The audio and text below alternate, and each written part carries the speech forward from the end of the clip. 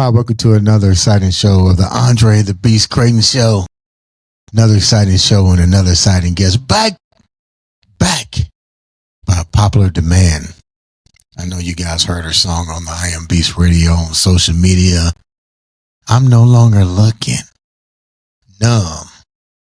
And all kind of, but like, I'm no longer looking. I'm no longer looking. Oh, you're sounding good. You're sounding good. This time of the night, you sounding real good. Let's welcome to the show, the one and only, the beautiful Sase. What's up, baby girl? Oh, what's going on? Thank you for having me. Thank you. I couldn't end 2025 without having you come back on and share with the viewers everything that you've done and the beautiful music that you've put out since last time you was here. But for the viewers that don't know you, who is Sase? Sase is a pure R&B singer who spent a lot of time in Atlanta. And that's where I've kind of put my grassroots as far as, branching into this so-called music business. But born and raised out of North Carolina, did a lot of singing in the church choir. But yeah, that was always my passion from day one, reaching into this world. So here I am. Isn't it funny? Like most of us, our path started when it's singing in the church. Yes. I wonder what happened to me. I sung a few bars in the church.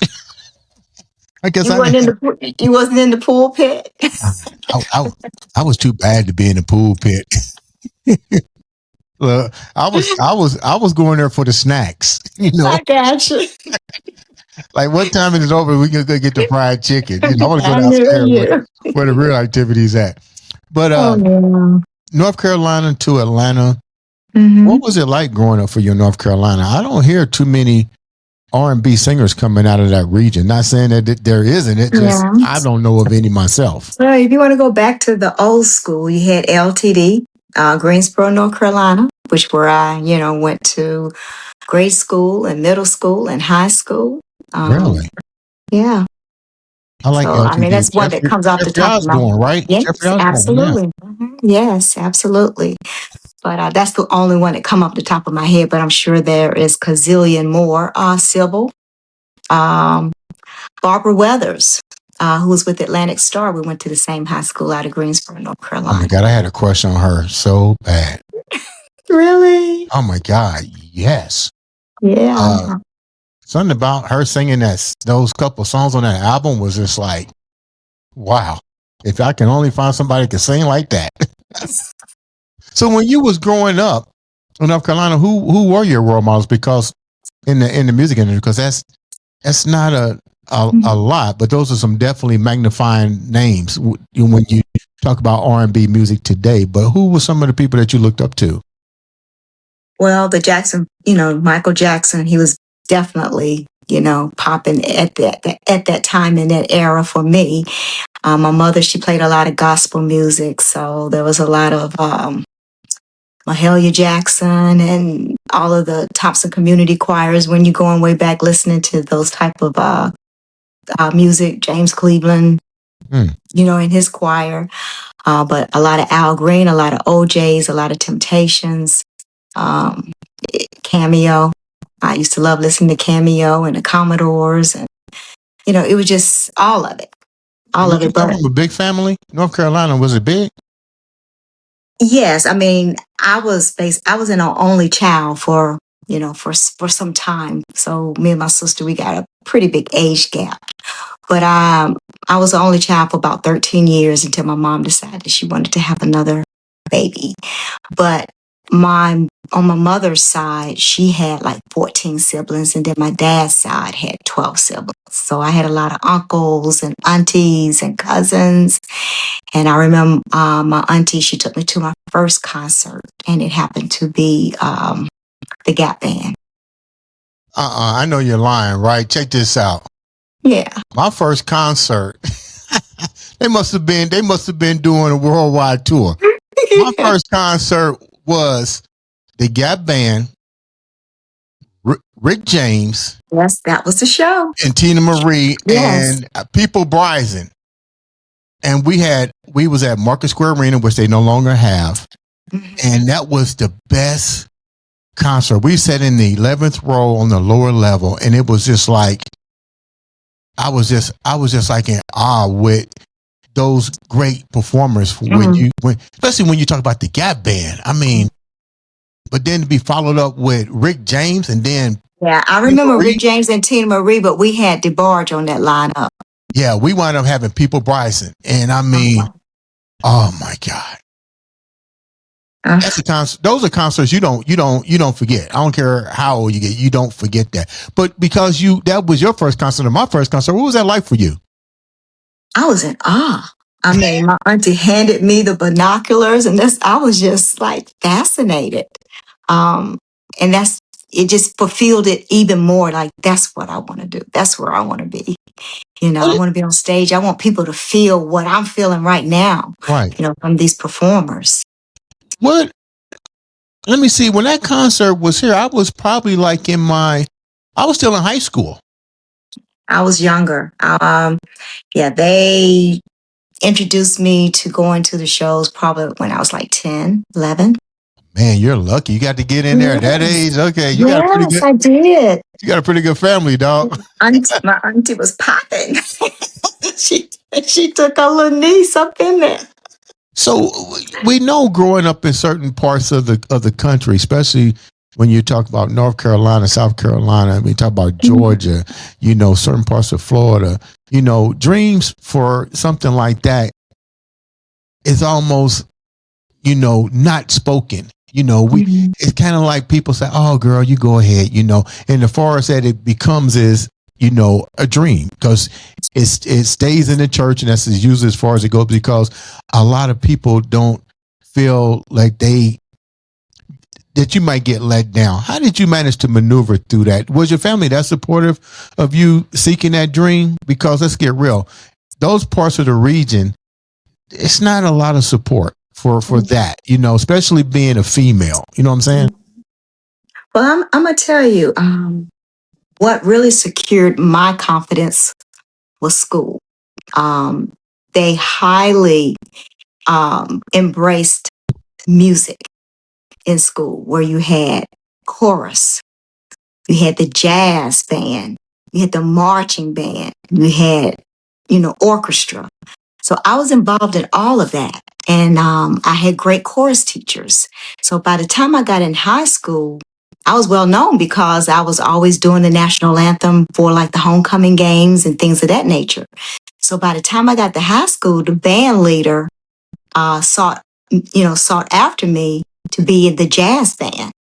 And so that's when I started doing a lot of Irene Cara songs. So it was always there for me with my educators and the students that, I associated with, who was also, musicians.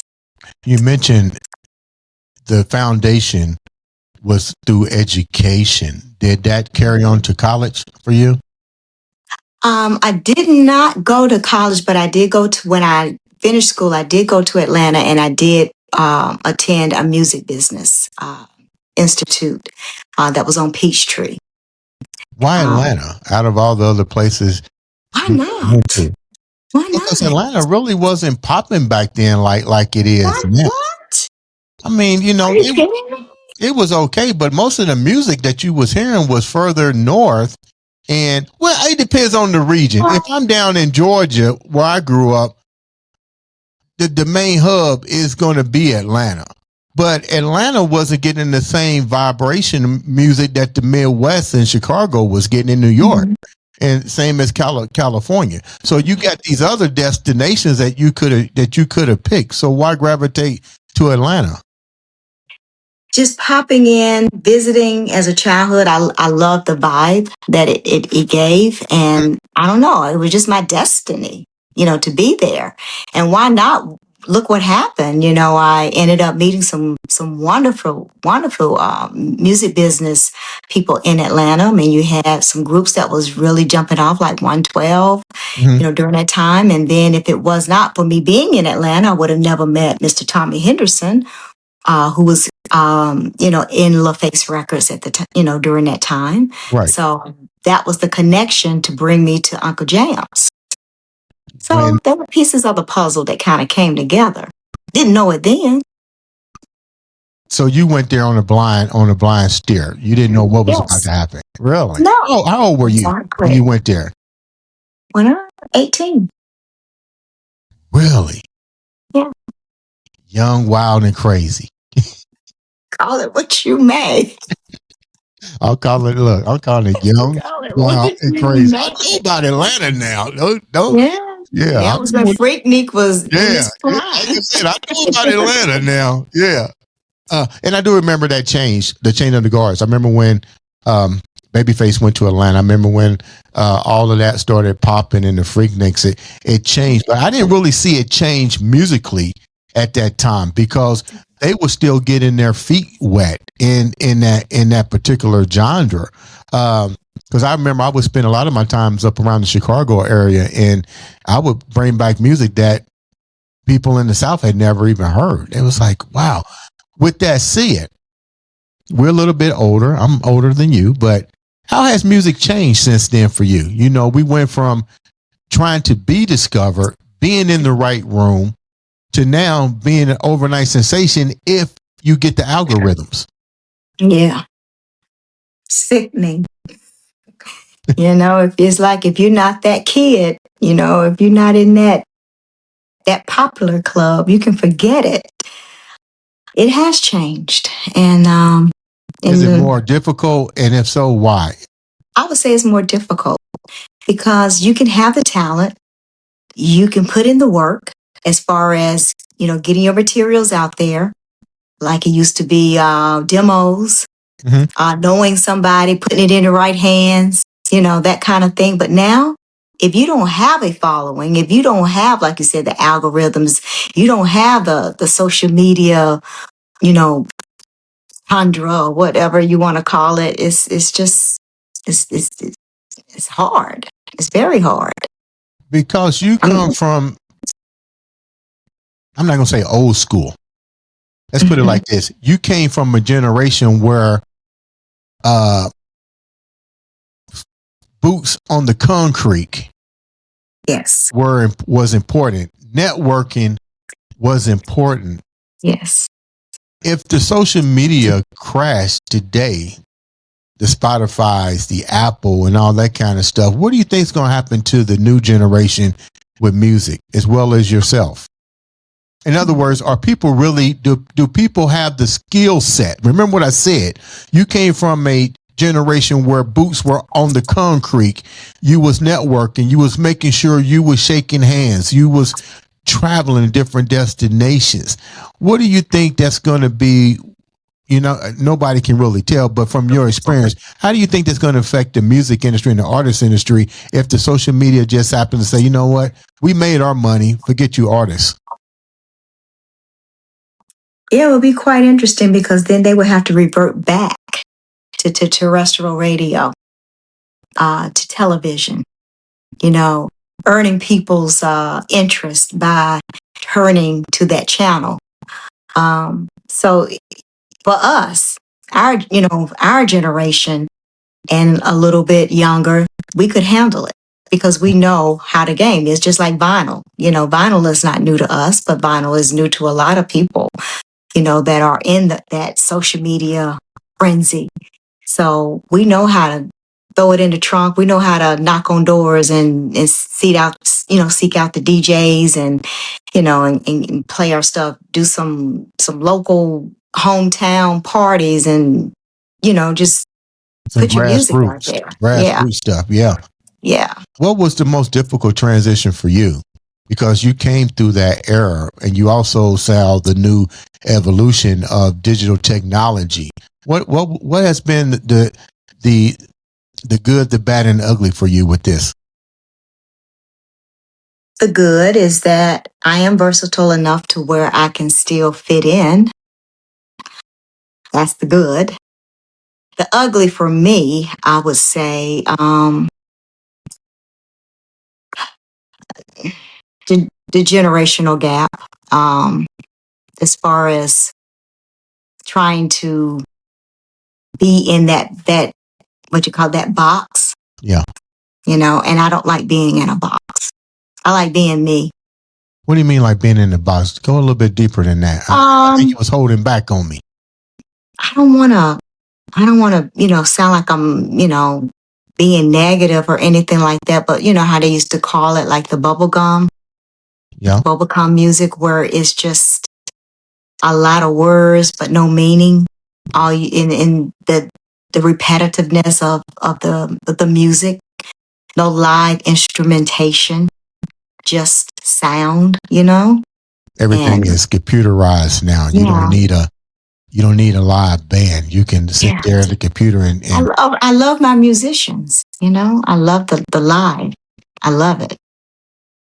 When you go on tour, do you use live musicians or do you stick with the digital age? Right now I'm digital. But you don't really like it, do you? I do not, because if I want to, take it back to the bridge, I can't. With a band, I can take it back to the bridge. But when it's digital, it's from start to finish. Next song. So there's no revamping. There's no, extra ad-libbing and prolonging the song because you're feeling it. It's just. How much of your creativity is lost because of that? A lot. A lot. Let's go. Go ahead. Go ahead. What are you going to say? No, I'll just recalling a time when I was performing overseas. It was actually in Australia. And when you start seeing, the reaction from the audience where they're moving or where they get up and they dancing, and then you turn around and you signal the band to, go back, and because they're in that moment. Yeah. And that's when right there I was like, I love this, but right now it's digital for me. You mentioned Australia. What are some of the other exciting places you perform in? What was the culture like versus I guess are they more into the digital age when you go abroad and different places to perform? Are they more like you? They like the live band. They like to get up and engage. They love the live. They love it. And like I said, they like classics,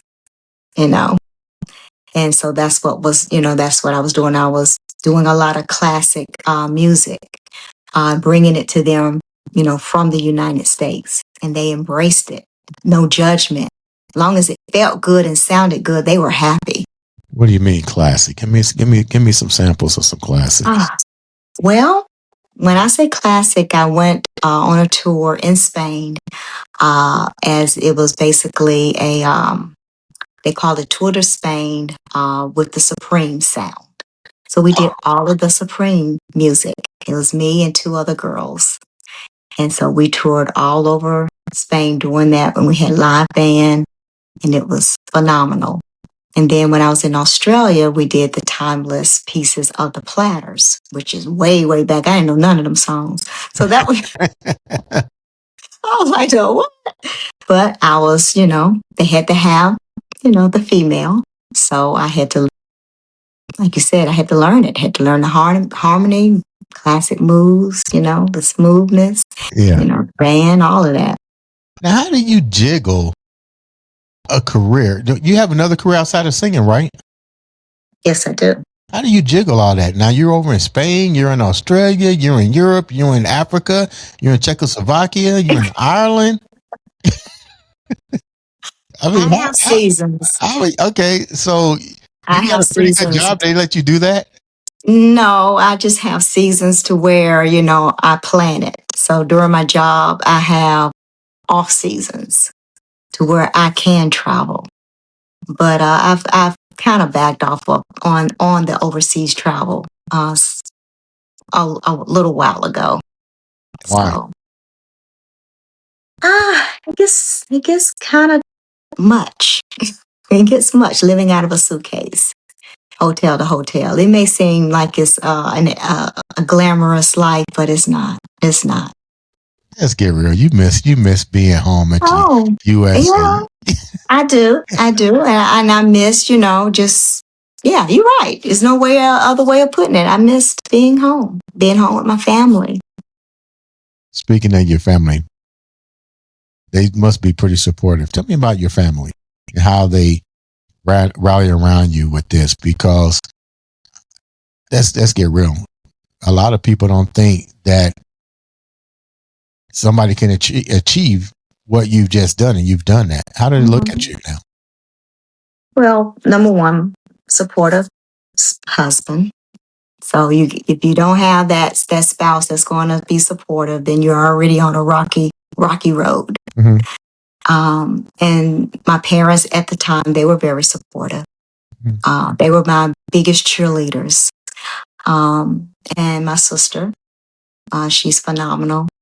She encourages me to not give up and, just keep pushing forward. Now, you mentioned supportive husband. Mm-hmm. Okay, check this out.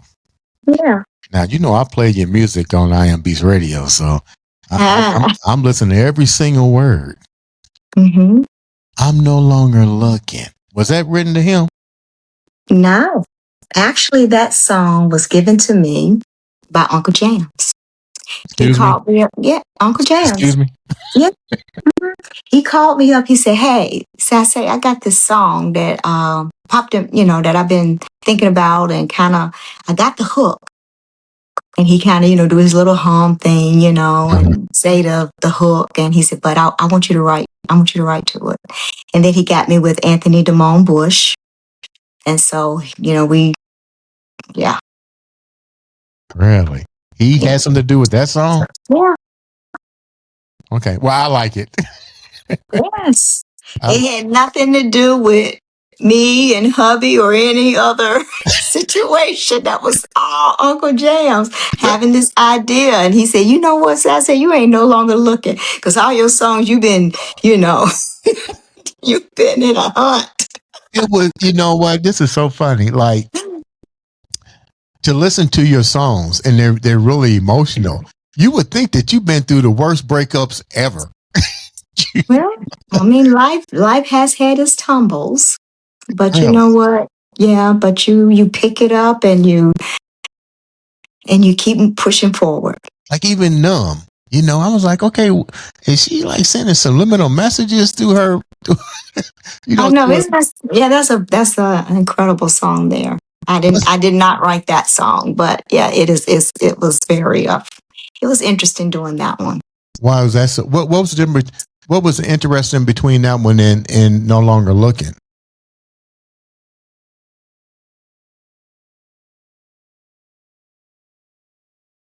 Did you hear me say?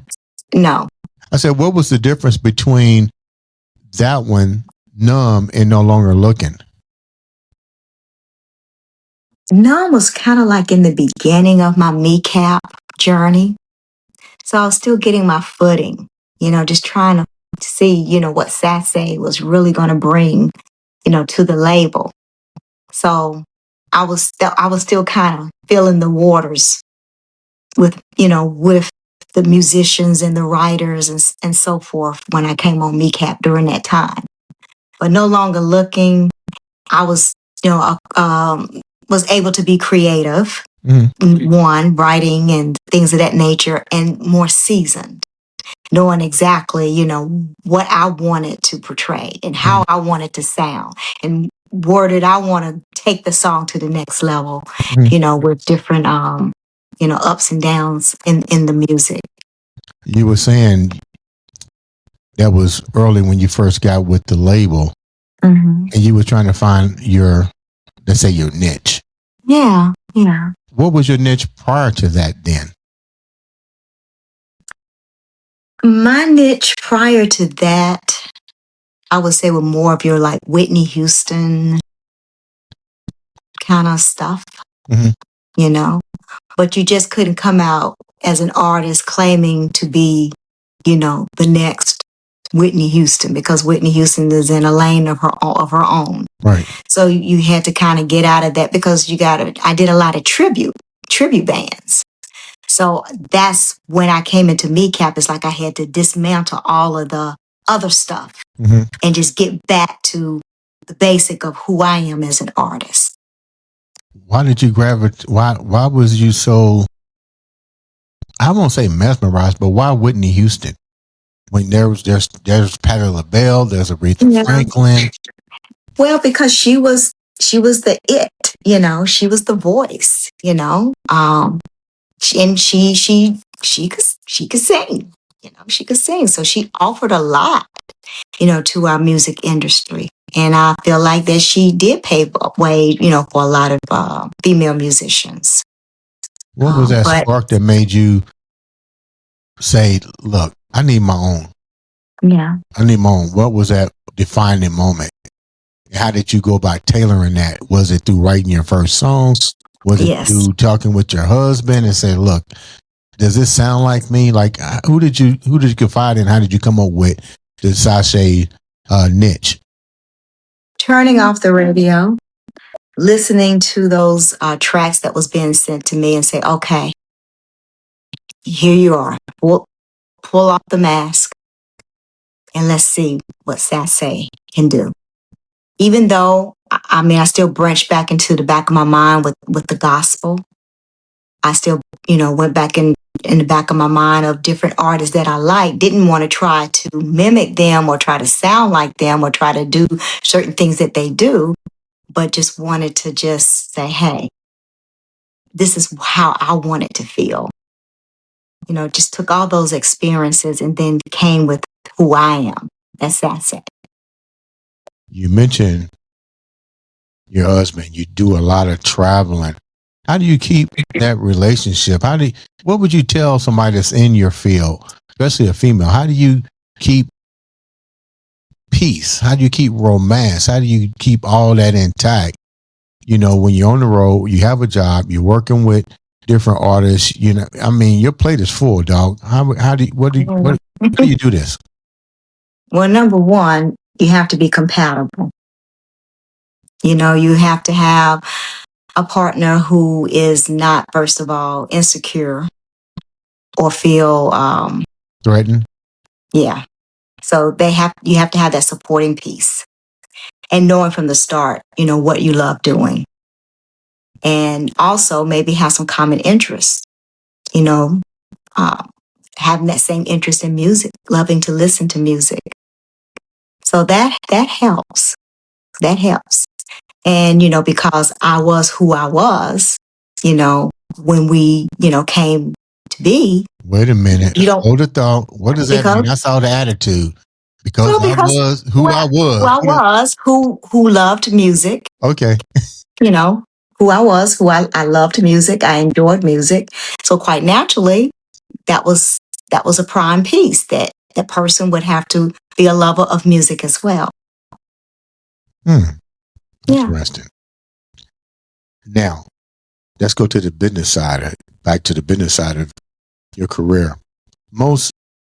Evidently, you were an independent artist prior to going with the MECAP line. Were you doing things on your own, managing, booking, the whole 9 yards, writing, collaborating?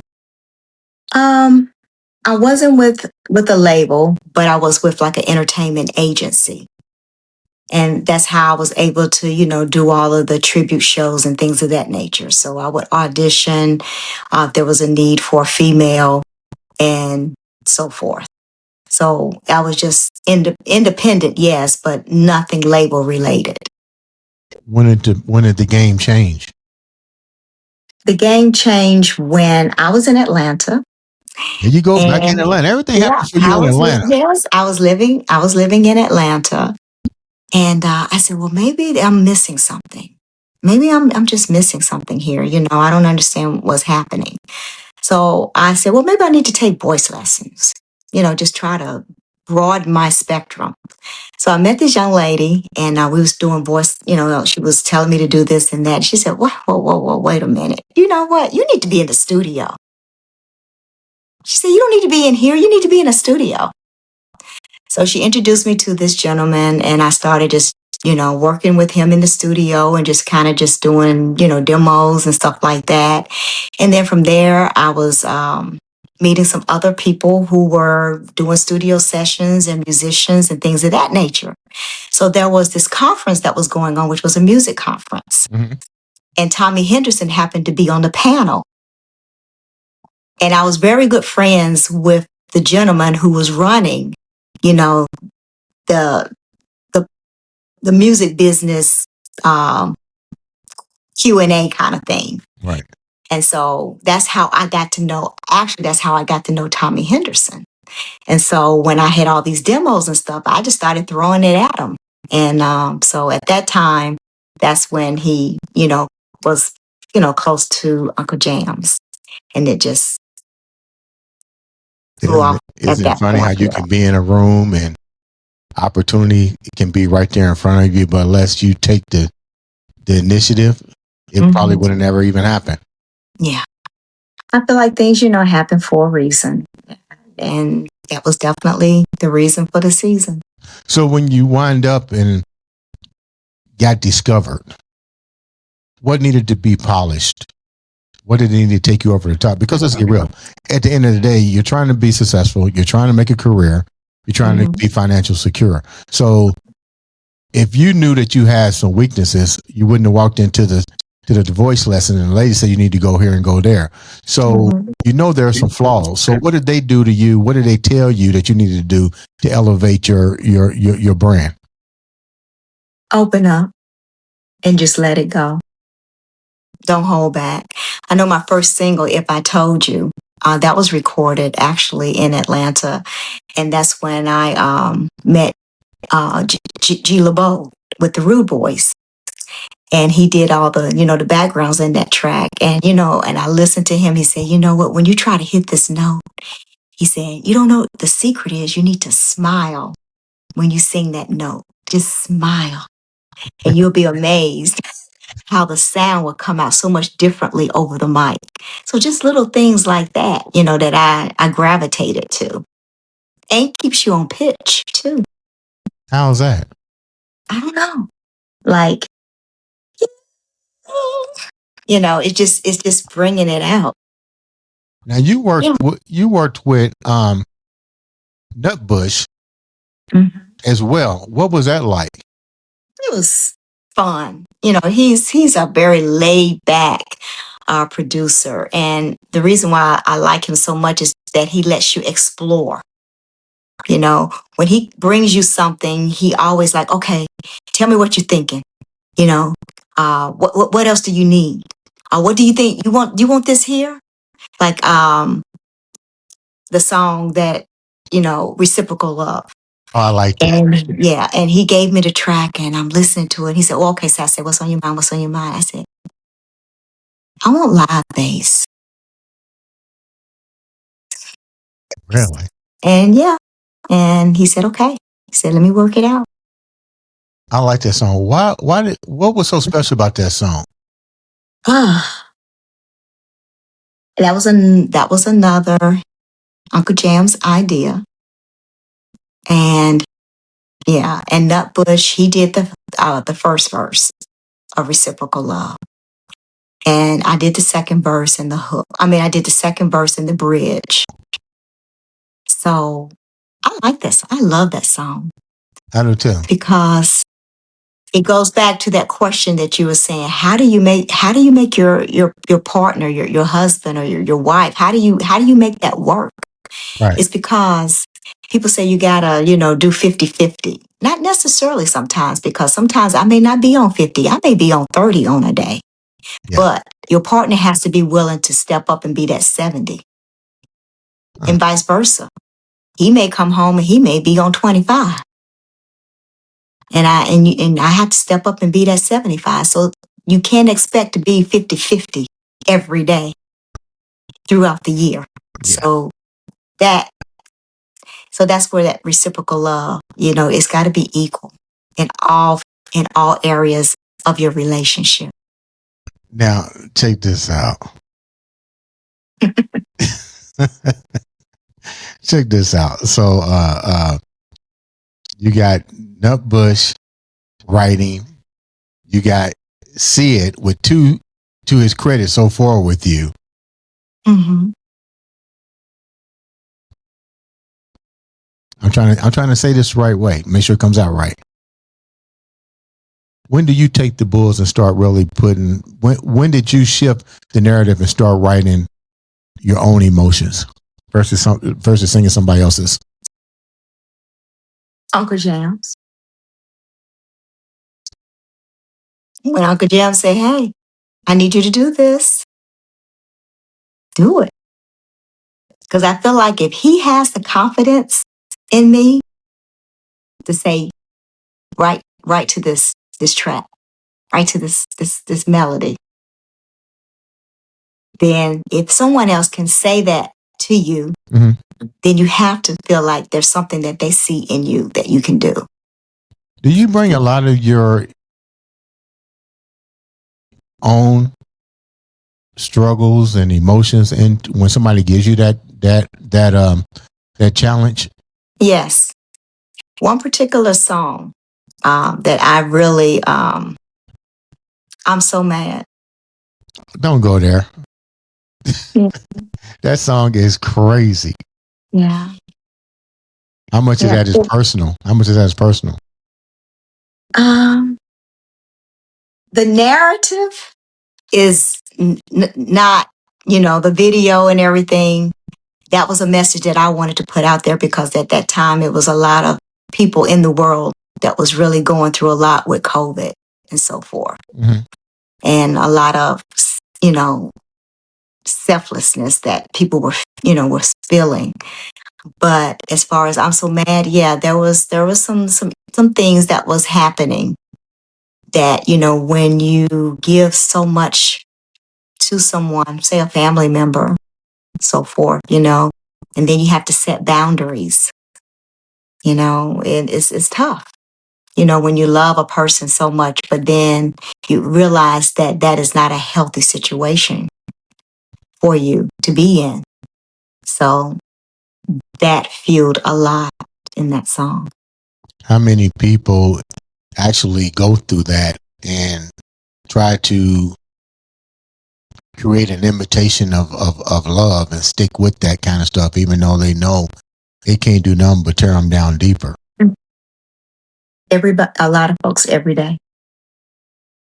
I was just having a conversation with some friends of mine, and I said, I think the hardest thing for people to understand is boundaries. That is the best thing that you can do for yourself, is to set boundaries, because your mental health is number one. If your mental health is not there, then your physical health is going to just eventually break down. How tight are your boundaries in your own personal life? How tight is that boundary structure with you? And very, very what made tight. you decide to put that up? Were you having people overstepping those boundaries with your kindness? Exactly. There's a lot of people in this world that feel entitled just because, and not put in the work. So, and that's all that they're interested in, is what they think in their mind that they're entitled to. How hard was that for you to shift? Because it sounds like you're speaking from experience. It was very hard. And it wasn't easy at all. But it had to be done. Wow. Now, let's go a little bit lighter. I got you too serious now. Let's get that smile back. I had the pleasure of meeting you when you came here a couple of years ago with the music convention that MECAP put on every year. It was beautiful seeing you for the first time and hearing you sing. I thought it was just like, wow. But you didn't get a chance to come this year. No. You must have been really tied up. Oh, I know, you was in Africa or Spain or somewhere like that. When you did come, was that Was that your first time going to one of those events? I want to say it was my second. I want to say it was my second time. What did you learn from there? You know, you've been in the industry a lot longer than some of the artists that is up under you. Not saying you're old, so don't let people. You know, you have experience. Let's put it like this: your experience outweighs a lot of those. But when you did go to your first or the second one, what did you take away from that, and what did you ask yourself? Wow, I didn't really know that. I've been in this game long enough. Mm. Well, basically, you know, with the panel, you had, you know, a lot of seasoned people in the industry that's giving you valuable information. And when I say valuable, it's basically what we were talking about earlier, the span of then and now. And I guess most importantly, if you don't love the entertainment business, if you don't love it, don't expect to get in it and get rich. That's the key thing. Right. That and yeah, that was the key focus. Don't get in it to get rich. You gotta love it to stay in it. It's almost like looking at it as a hobby. It's funny you said that. I didn't want to say that because I think we talked about this when we had 12 and Dead Silence on. And, you know, I could be pretty candid, but I'd also like to be respectable of people's emotions and realizing that when you're doing something like this, you do want to get paid.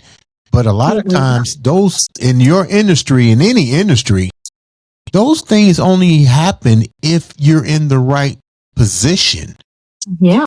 To allow that to happen. It's kind of like I tell people, you can be the most talented person in the world, but at the end of the day, it's not what you know, it's who you know and who they know. And if they find value in what you're offering. Right. Why do you think people have such a hard time? And invest in yourself. That was my other part. And a lot of them, this is so funny. This is so funny. I find this with a lot of people. I even talk about this on social media. I think it goes over people's head. To obtain something, you have to do something you've never done. And the one thing that people don't do is, like you said, they don't invest in themselves. That means emotionally, spiritually, and financially. Right. When you did that, exactly. When you put all three of those together, how did it change your perspective in the industry and you as a whole and you as a business person, entrepreneur? Because get real, you're an entrepreneur. Don't quit your day job. Number one. Unless you got a contract in front of you that's guaranteeing that up front. Exactly. Yeah, don't quit your day job. But like I said, I do it because I love it. And I love making people feel good. You know, it's like after I finish, you know, my local gigs here in Southwest Florida and the feedback that you get from people, it's like, oh, I came in and I was having a bad day. When you sung that song, it just lightened up my heart. That's rewarding to me. Isn't it? That I can change. Yes, that I can change someone's mood or someone's outlook on life just by singing. Isn't it amazing how I tell people all the time? All you got to do is touch one person. Yeah. It registers so much inside to have that one person acknowledge. But it makes you wonder. Music is supposed to be the healing instrument to everybody. But are people so, I'm not going to say self-absorbed because I don't want people to take this the wrong way. Have people become so hardened that emotion release is almost like condemning them to just come out and say, you know what? Just imagine if 50 people, because one person wasn't the only person you touched, is what I'm saying. So what happened to the other people who just walked away and felt good and didn't even acknowledge it? But just think if they had have acknowledged it, what their life may have felt like when they walked out of that arena. I think it's more so that we have, as a society, a lot of people have become desensitized because, first of all, social media, not having that conversation with their children or with their spouse or with their mom or with their dad. So they're just focused on what it is and not exploring their emotions.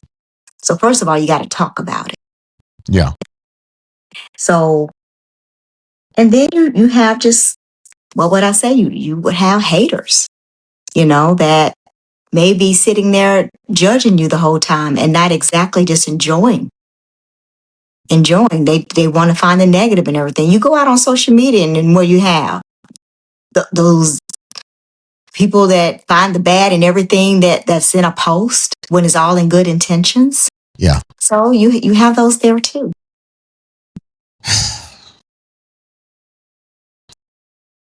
Let's go deeper. Mm-hmm. You're getting ready. You have a new song out. Tell me about that. How did that came about? What's the story behind it? Reciprocal love. Mm-hmm. Yeah. Go deeper with that because it's just when I hear it, I hear bars that make me go, wow, how did she think like that? And it just keeps registering and registering. So do a lot of your girlfriends come to you and tell you things that they go through? Because I hear a lot of girlfriend chatter in that song. Mm-hmm. Yeah. Yeah. I mean, a lot of it is from, just living, but I do listen a lot. I'm in in an area where the age can go from 20 to 90. Yeah. And there's a lot of 90 and 80-year-olds that love to still party. So really? I listen to them. Yes. I listen to them all. And so when I'm hearing this, it's just the same game, but different players. You've heard that how many times? Yeah. And it's truth. The story doesn't change at all. Just the characters. Right. And so I'm finding now, actually I have a friend, she is in her late 30s and she's at the point to where she does not want she does not want a relationship. She doesn't want a partner. She just want to cohabitate with an individual and just not have any type of, obligation. But you ask questions like, why? I do. And I tell her, I said, it's not all lost. I said, love is still out there. Love is still out there, but she's giving up on it. Yeah. That's sad that we've gotten to that position that trust, honesty, and respect has clouded everybody's judgment into almost a sense of hopelessness to say that true love isn't obtainable when you can listen to your music and say, I don't believe that it is. I believe that there is a possibility. It is. And I think a lot of times too, our expectations sometimes exceed our need. I'm hearing a lot of that from people. Yeah. I'm hearing that a lot of from people, especially women. I think that with this new movement of independence, women have become almost masculine and raised the bar up to these crazy. It's funny when a woman says you don't meet my expectations. I was like, okay, well, what's your expectations of a guy? Let's flip the script. Like, where's the meeting ground here? What's your take on that? Because you write a lot of you say a lot of love songs, but that's one of the things. And then another thing that I find truly interesting. Let's go back to what you just said. And ladies and gentlemen, we're talking the love game here with Sase. Ah, okay. Communication. Yeah. I notice if I talk to somebody, they cannot even carry a conversation. And then the second part of that is not being accountable, not showing up. Cool. Yeah. What do you think we lost everything? I know it's a digital age, but let's get real. I mean, these people grow up with values and morals and the sense of talking. Don't send me an emoji, you know, pick up the phone and talk, or have something to talk about. If you ask somebody what's their purpose or what their dreams, they can't even tell you anymore what they want. Well, you know, it's a combination of a lot of things. You know, I'm not sure, you know, if how your youth era was, but I would say probably back as we were growing up, there were more co-parenting, you know. Mm-hmm. And then as things moved along, it became more acceptable to get divorces. I mean, divorces just was like nothing. It was like drinking water. And then you had all these single family households. So that broke down a lot, you know, where you didn't have that family unit sitting around the dinner table having conversations. Mm-hmm. How was your day? You know, what would have done differently? What do you want to do this weekend? Or making plans, family vacations, all of these things. So that was that connection. But when things started breaking down, you know, in the household, you had to fend for yourself and go for what you know. And with the digital age, that's their best friend. It doesn't talk back. You find your interest in what you want. Find that interest in what agrees with you, not disagree with you. We're talking love talk with Sase on the Andre The Beast Crayton show. I don't get a chance to talk this kind of stuff, but when you got a female like Sase that's writing beautiful love ballads, you know, you got to have a feel that she knows what she's talking about. She's been through the hurt, she's been through the pain, and it resonates in her music. Since it resonates in your music, let's talk about different players, same game. Who are you mostly touching? What age bracket with women, and why? Because I know you're getting feedback from both sides. Yeah. The loved and the unloved and the want to be loved is what I'm saying. I would say the age bracket can run from, you know, the 30s up until up through, you know, 70s. You know, 70-year-olds. I have 70-year-olds that stream my music. You know. What do they say when you see them when you're performing live? Like, what are some of the stuff that they share with you after listening to your music or hearing you perform? Oh, you sound so good. I really enjoyed that song. And then the next thing is, but why are you here? Why are you not in Hollywood? And I said, well, if I was in Hollywood, then you wouldn't be hearing me today. Wow. I said, I'm here because I'm supposed to be here for you. Man, that's deep. Yeah. I heard this out of your own mouth before we wrap up. You're no longer in North Carolina. No. You're no longer in Atlanta. No. You're in Florida. Yes. What took you to Florida? And what part of Florida? The Tampa area? Fort Lauderdale? Miami? I'm about 2 hours south of Tampa, so I'm right in that curve, right in the boot. Let me see. Fort 2 Myers. hours. So you're in Lakeland? Is it Lakeland? No. Not Clearwater. No, you're on the East Coast. I'm on the Gulf. I used to live in Tampa. I'm trying to think where you Sarasota area? Come on further south. You got Fort Myers. Yeah. You have Cape Coral. You have Naples. Yeah. You have Bonita Springs. You have all of that right in there. What took you down there? You like the weather? The weather, and believe it or not, and you probably going to disagree with me, but for a local artist, is phenomenal. I disagree with you. I disagree. I'm just playing. I'm telling you, musicians work here all year long.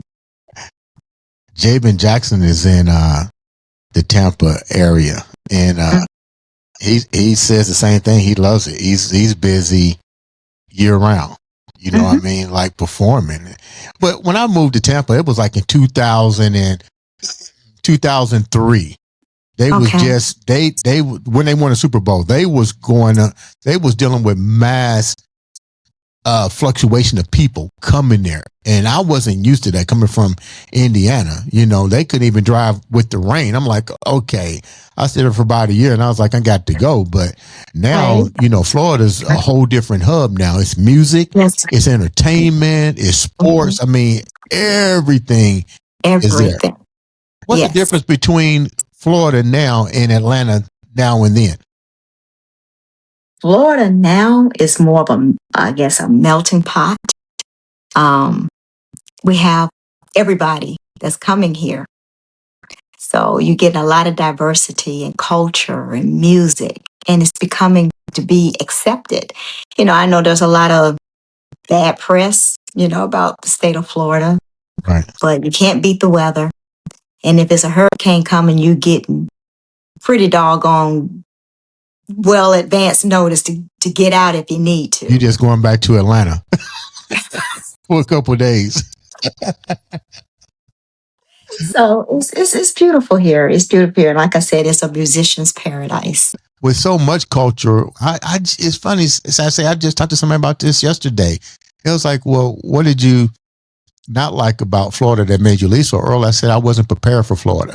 And what I mean by that, I wasn't used to. Now I'm a minority in Florida. And it's like, because there's so much. There's the Latino community. There's the Puerto Rican community. There's, I mean, everybody. And I realized, you know what? When I come here, I need to know how to speak Spanish and all kind of other languages, because, you know, you can go down to what's the name of that party street in Tampa? They close. They open up at night. Whatever it is. I can't think of the name. Ybor. Man, I went down there when I first. I said, "Lord have mercy, I can't speak. My English ain't doing no good down here." But I noticed one thing that was different. That was noticeable. Music. Yeah. And I tell people all the time, music brought everybody together. You didn't have to speak the language. All you had to do was dance. Yep. Even South Beach. You know, you got all kinds of music going on South Beach. So I say, I appreciate you taking time to come on the show and bless me going into 2026 by making sure we close out with having you on the show. What's next for you? What's 2026 like for Sase? Please tell me you're coming to Indianapolis to be a part of the MECAP Music Extravaganza this year, because we missed you. Hopefully you're going to be there in 2026. I'm going to do my best to be there. And hopefully, you know, by spring, there'll be another single, and coming with that single, a video. So we just got to keep it in the grind and keep moving forward. How can the viewers reach out to you, Sase, to listen to your music and to know more about you, even book you for guest appearances? Absolutely. You can find me on all of the social media platforms, Sase, SASE, TheSinger, TheSinger, and I'm on all streaming, Amazon, Apple, Spotify, everything. So just put it in there. It'll pop up. You know what? Make sure you guys subscribe, like, share, follow. Like I said on every episode, make sure you click that button.